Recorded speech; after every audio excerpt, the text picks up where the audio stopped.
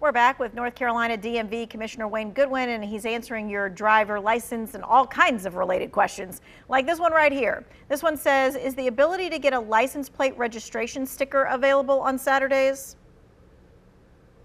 The answer to that would be no, and the reason is that is through our license plate agencies, which are operated by private contractors, and they're open Monday through Friday. There are no appointments needed. Just walk in, and you can go to any license plate agency in the state, not just the county you live in, to obtain that. Okay. And of course, and then we'll help folks otherwise if they have any other questions to work through us on our website, myncdmv.gov. All right. This person says, I have a valid North Carolina license, but what else do I need to convert it to a real ID? Well, it depends on what other documents you have. There's a list if you go to ncrealid.gov, but typically if you bring your driver license and bring a copy of your birth certificate, or if you have a passport, there's an extra piece of identification that you bring with you, and it's the same cost as it would be if you were just renewing your driver license. So there's a list at ncrealid.gov, or you can go to our regular website as well. So while we're on that topic, Real ID, tell us what the Real ID does and then what the deadline is. Excellent question. The Real ID is a special credential, looks just like your typical driver license or ID card, except it presently has a gold star on the upper right-hand corner of it.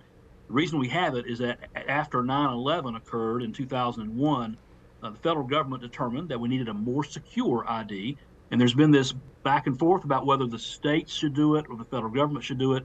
So basically there was a compromise. The federal government said, states, we want you to adopt the requirements for a Real ID, and not everybody needs it, frankly. If you do not fly commercial planes, if you do not work for the federal government or work at a nuclear facility, or if you already have a passport, you don't need the Real ID. But if you do plan to fly it within the United States and don't have a passport, then you'll need the Real ID. The date has been changed to May of 2025 before it will be implemented. And it's been delayed several times because states, particularly with the pandemic, have taken a while to get their citizens to sign up for it. North Carolina, we're at the 43% level of compliance, which is, I anticipate, in fact, our goal is 50%. That's about how many North Carolinians typically fly in any given year in the state. So to learn more, go to myncdmv.gov, and to learn whether you need the Real ID or just your regular credential. All right. This person wants to know, can I change my address online? Yes, you can. If you live in North Carolina, you can change your address online, again, to myncdmv.gov. Whenever it's like requesting a duplicate. You just change the address there when you're requesting a duplicate ID, and then it'll be mailed to you within 7 to 10 business days. Okay. This person says, how old can a license be and still be renewed? So I'm guessing that it's expired if it's old. All right. Well, I took that question two different ways. One way is that the photograph can be no more than 16 years old. So keep that in mind.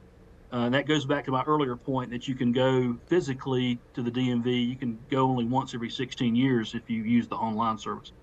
But in terms of expired licenses, we started allowing folks to renew even if they had up to 1 year of expiration. If you go 2 years or later, then you have to retake the tests and do the other things as if you were a new driver. So I would encourage someone who has an expired license to see if you're eligible to renew online. You may very well be, and then it'll tell you at myncdmv.gov whether you have to go in person. But we've expanded our abilities online to include folks who have had an expired license to be able to renew that without having to start all over again. Gotcha. Okay. This person says they paid the taxes on their car, but they lost that sticker that came in the mail. So how do they replace it? Okay. What I would encourage folks to do there is, typically, if you did it online, then you wish to email the DMV headquarters, and we can find out about replacing that. And there's a cost for that. If you obtained it whenever you went to a license plate agency, then you may want to go to that agency. That does happen on occasion. And this brings up a point. is very important that when you receive that sticker, go ahead and put it on your tag immediately, because a lot of folks wind up getting, believe it or not, invited to pull over by the local law enforcement because they don't have that sticker on their tag. So go ahead and put it on there before you lose it or before you get pulled over. I enjoy that. Invited to pull over to the side of the road. Yes. All right. This person says, do teenagers still have to show proof of insurance to get their license?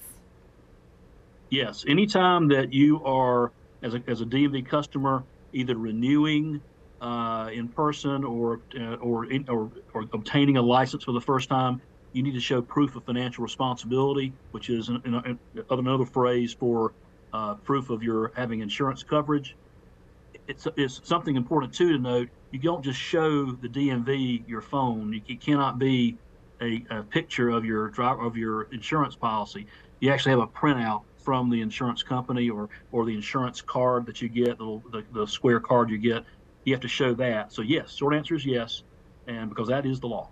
And bring that actual paper copy. It's not good enough to have taken a picture of the paper copy and whatever else. Okay, that's good to know. All right, we're going to continue on. We've got a whole bunch of questions. We invite you to ask yours. We've got one last segment coming up. We'll be right back.